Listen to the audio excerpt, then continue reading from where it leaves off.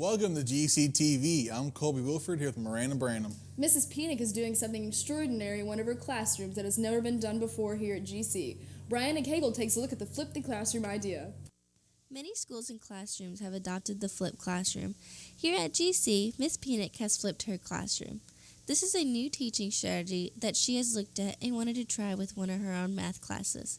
How this works is Miss Penick has a video for the students to watch at home, then come to school the next day and do their homework or ask questions on the problems they have in the classroom. Junior Jack Mergen shares his reaction on the flipped classroom idea. This class is pretty good because, it's different, and I don't know, it's just nice to get a lot of time to work on classwork for a specific class when we have a ton of other homework to do. Because I was at a seminar with a lady from Taylor County, and she had flipped her math class and was having a tremendous amount of success with it. So I decided to try and flip one of mine. This is the only class I have where every student in the class has either internet at home or a device with internet on it so that they can watch videos at home.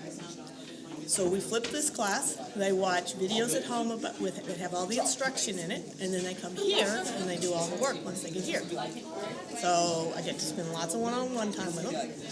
They do practice quizzes. They check all their own work. They make sure that it's all right, and when they're ready to take the quizzes, then they take the quizzes, and when they get done with all those, they'll take their test. We're still on the first unit, so we haven't taken our first test yet. How's it working? I've got a few kids who hate it. They're very vocal about the fact that they hate it. They are doing fine with it, but they don't like it. And I've got a few kids who just really love it. I like this class because it gives us more freedom, like with what we get to do at home. We don't have homework, we do classwork in class instead of homework.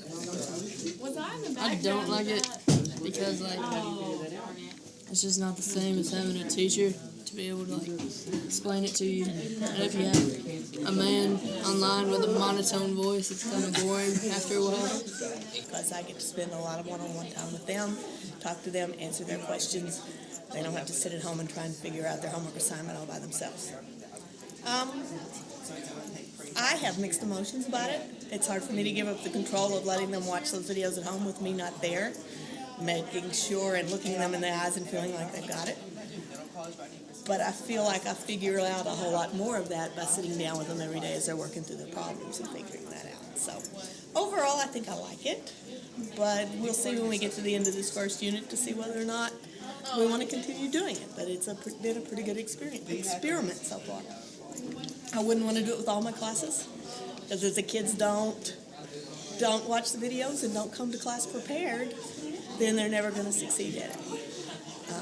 I'm seeing a lot of conversations going on that I don't see in some of my other classes, where kids are checking a problem and figuring out they have it wrong and going, okay, we did this wrong, what do we do wrong, how do we fix this, and are working together to figure that out. Or, okay, how are we going to approach this problem? And they're working out methods themselves and figuring out how to do it together instead of me having to just say every time, this is how you do it, this is how you do it. So they're doing a lot of thinking about what they're doing, which I think is a really good thing. For GCTV, I'm Brianna Cagle. If you want to learn more about the Flip the Classroom, talk to any of Miss Penick's 4th B students. Juniors, if you missed the chance to order your class ring back in September, Balfour is providing a makeup order date today from 4 to 6 p.m. Packets and ordering information are available in the school office. You can also order online at www.balfour.com. Also, juniors interested in GSA this Saturday, November 23rd, is GSA Coffee House Day. All over state, GSA alumni are throwing coffee houses, which are informal talent shows for all kinds of artists. This is also a fundraiser because the cafes hosting Coffee House Day are donating a portion of the day's proceeds to GSA. Coffee House Day starts at 4:30 p.m. in Paducah. However, it won't just be alumni performing or bringing artwork. I'm inviting all students who are interested in GSA to participate. They want any writer, actor, painter, musician, dancer, architect, or photographer to show up with their art. Plus, you'll have the chance to ask fellow alumni anything about GSA in an open Q&A. Also, seniors, please email any photos that you would like to put in the senior video. Please send them Brianna Cagle. Her email is brianna.cagle@stu.graves.koischools.us. All photos need to be turned in by Friday, December 13th. GSP applications are due to a counselor by this Friday. Please turn them in as soon as possible. Seniors, don't forget to schedule your headshots at Wells Studio for the yearbook. Wells is open Tuesday to Friday. You can call 247-1851 for your appointment. These appointments need to be done before Christmas break. During the break, Mr. Manning shares his thoughts on the Eagles' win from Friday night. And Andrew has your weather forecast.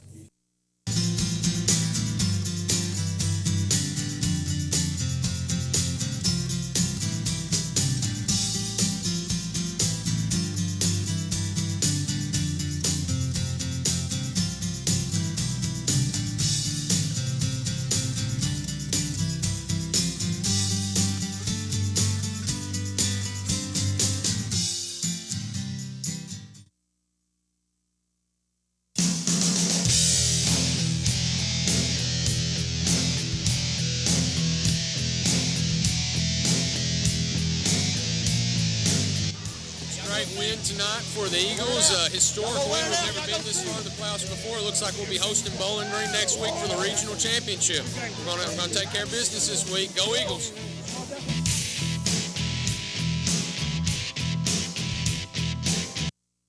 Hey GC, it's Andrew with the weather. Today will be a cool 46 with a high 51. Tonight will get pretty cold with a low of 43. Tomorrow will be sunny and have a high 58 and stay mostly in that area. And Thursday will be partly sunny with a high 59. And that's your weather.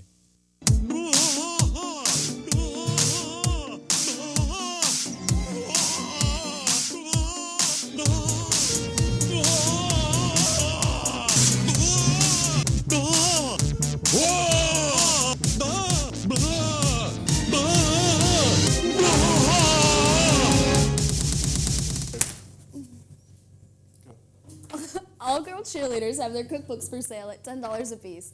Contact a team member or one of the coaches, Cheryl Hawkins or Tina Nance, to purchase a cookbook and help our girls raise money. Remember, Spirit Week is this week. Tomorrow, wacky hat. Thursday is tacky sweater, and Friday is blackout. If you are a student council member, please stop by Mrs. Hunter's room in B05 to sign up for events that are coming up.